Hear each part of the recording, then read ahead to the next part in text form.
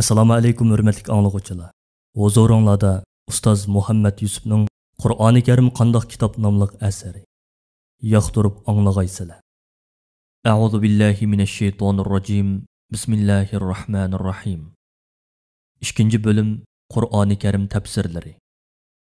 Tafsir Alloh taolaning kalomi bo'lgan Qur'oni Karimning ma'nosini tushuntirib beradigan, ahkomlarini va hikmatlarini o'ttirg'i chiqaradigan ilm demakdir. Allah Taala her bir peygamberini onun öz kavmi içinden tanlab çıkargandek, kitap düşürgen peygamberlerge o kitaplarını olanın öz tilide düşürgen.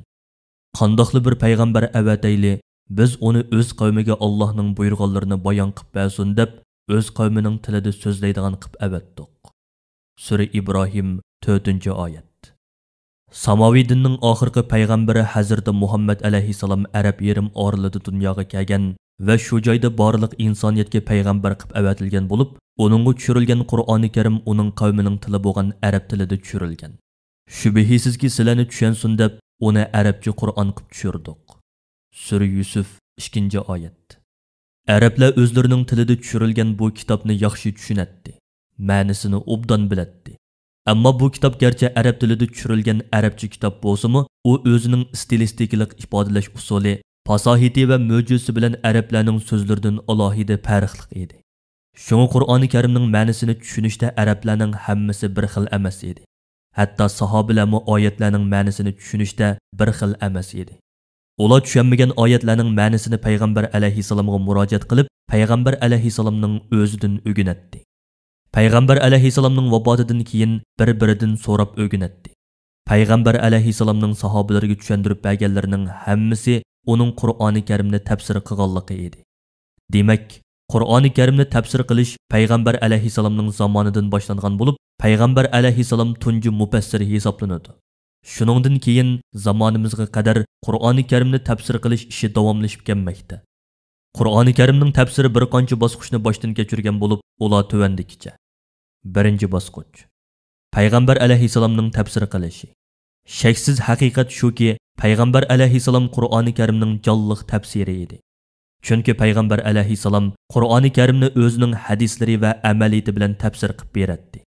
Alloh taolo Qur'oni Karimni saqlashni o'z ustiga olgandek, uni payg'ambar alayhisalomning qalbiga o'rnashtirib berishni o'z ichiga olgan.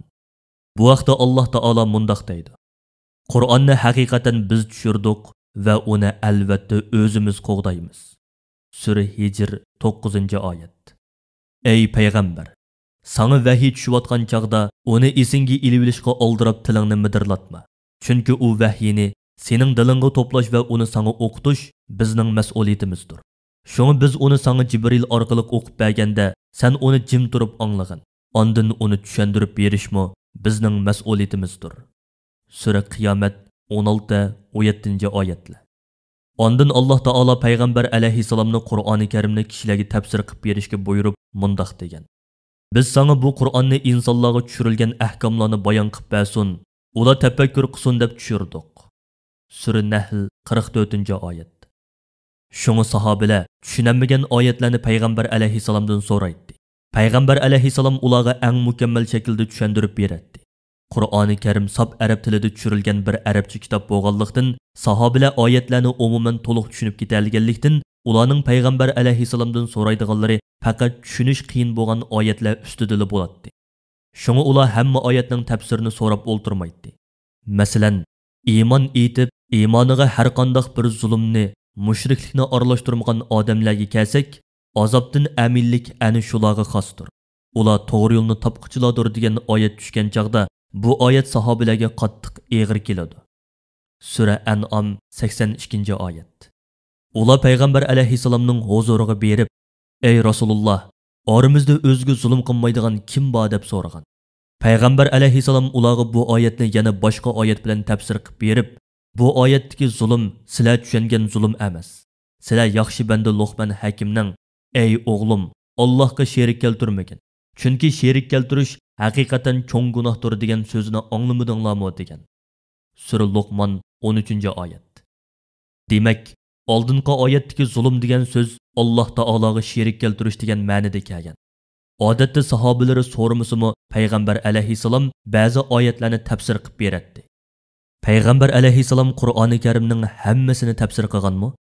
Ulamolar Payg'ambar alayhissalom Qur'oni Karim oyatlarining hammasini tafsir qilib berganmi yoki sahobalar tushunolmay qolgan qismini tafsir qilib berganmi degan masalada ixtiloflashgan bo'lib, Shayxul Islom Ibn Taymiya qatorliq ulamolar Payg'ambar alayhissalomning Qur'oni Karimning hammasini to'liq tafsir qilganligini ilgari surgan. Alloma Suyuti qatorliq ulamolar Payg'ambar alayhissalomning hamma oyatning tafsirini qilmaganligini, faqat sahobalar tushunolmay so'rgan oyatlarning tafsirini qilganligini ilgari surgan. Alloma Muhammad Husayn Zahabi Tafsir va Mufassirlar nomli asarida har ikki tarafning dalil isbotlarini va datalashlarini tafsiliy o'tirg'a qo'yib, oxirida mundaq degan. Yuqorqi ikki xil ko'z qarashning dalillarini ko'rib chiqqandan keyin ko'nglimiz shuning bilan orom topudiki, bu ikki xil ko'z qarashning o'ttirisida turib mundaq deymiz. Payg'ambar alayhissalom sahobalariga Qur'oni Karim oyatlaridan ko'plarining ma'nosini bayon qilib bergan bo'lib, buningga sahih hadislar guvohdir. Shundaqdimi Payg'ambar alayhissalom Qur'oni Karim oyatlarining hammasining ma'nosini bayon qilmagan. Chunki Qur'oni Karimda ma'nosini Alloh taolo o'zini biladigan, olimlarni tushunoladigan va arablar o'z tili bo'lganligi e'tibori bilan biladigan oyatlar. Ya'ni har kim osonli tushunoladigan oyatlar bor. Ibn Abbos radhiyallohu anhuma mundaq degan. Tafsir 4 turlik bo'ladi. Birinchisi arablar o'z tili orqali biladigan turi. Ikkinchisi har kim tushunoladigan turi. Üçüncüsü olimlarni tushunadigan turi. To'rtinchisi bo'lsa Alloh taolodan boshqa hech kim bilmaydigan turidir. Tafsiri Tabari 1-tom 25-bet. Mana buningdan ma'lumki, Payg'ambar alayhissalom arablar o'zi tushunoladigan oyatlarni tafsir qilmagan. Chunki Qur'oni Karim ularning tilida tushgan. Payg'ambar alayhissalom yana kishilar darhol tushunoladigan oyatlarning tafsirini qilmagan. Chunki bundoq oyatlarning ma'nosini hamma kishi biladi. Payg'ambar alayhissalom yana qiyomatning qachon bo'ladiganligi, ruh va g'aybga munosabatlik masalalar to'g'riliq kelgan oyatlarni tafsir qilmagan. Faqat o'ziga bildirilgan ba'zi g'ayblarni bayon qilib bergan. Payg'ambar alayhissalom yana sahobalariga 3-turga kiradigan oyatlarni, ya'ni olimlar ijtihod bilan bilalaydigan qismini bayon qilib bergan. Masalan, oyatlarda ijmoliy bayon qilingan masalalarni tafsiliy bayon qilish, umumiy ahkomlarni xoslashtirish, tushunish qiyin bo'lgan oyatlarni oydinlashtirib berish qatorliqlarga o'xshash. Ko'p sonliq ulamolar Payg'ambar alayhissalomning Qur'oni Karimning hammasini tafsir qilmaganligiga, faqat tafsir qilishga zaruriyat tug'ilgan oyatlarni va sahobalar so'rgan oyatlarni tafsir qilib bergan degan qarashga birlikka kelgan. Chunki Payg'ambar alayhissalom hayot vaqtida Qur'oni Karimning ahkom oyatlarini o'zining hadislari va amaliy ish faoliyatlari orqali to'liq bayon qilib bergan bo'lsa-mu, dinning ahkomlariga munosabatli bo'lmagan oyatlarni ko'p sharhlab ketmagan. Balki Payg'ambar alayhissalom bularning tafsirini keyingi avlodlarning izlanishiga topshirgan bo'lishi mumkin. Chunki Qur'oni Karimdan ilgirki samoviy kitoblar ma'lum bir zamon va maxsus bir makonlarni ko'zda tutgan holda tushirilgan bo'lsa, Qur'oni Karim ta qiyomatgacha davomlashadigan mangulik mo'jiza bo'lganlikdan, uning mo'jizalari ilm-fanning rivojlanishiga va zamonning ilgirlishiga ergishib, har bir davrning saviyasiga moslashgan holda o'zining mo'jizasini namoyon qilishi taqozo qilinadi. Alloma Muhammad Mutavalli Sha'raviy mundaq degan: Agar Muhammad alayhissalom Qur'oni Karimning hammasini tafsir qilib, uningdagi ilmiy haqiqatlarning hammasini ochiqlagan bo'lsa, shu vaqtdagi insonlarning aqliyati ularni qabul qilolmaganlikdan dinning asosiy javhari masalalarga daxli yetgan bo'ladi.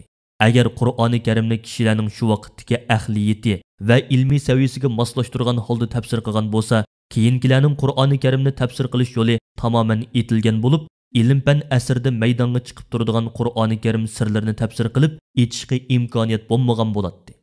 Chunki Payg'ambar alayhissalomning tafsirdan keyin boshqa tafsirga hojat qolmaydi. Tafsir qilingandimi, musulmonlar ommasi tarafidan qabul qilinmaydi. Shu sababdan tafsir yo'lni ochiq qo'yib qo'ygan. Payg'ambar alayhissalomning qilgan tafsirlari asosan tushunish qiyin bo'lgan oyatlarning ma'nosini ochiqlash, umumiylik tushunilib qoladigan oyatlarni xoslashtirish, oyatlarda kelgan ba'zi so'zlarning ma'nosini tushuntirishdan iborat bo'lgan.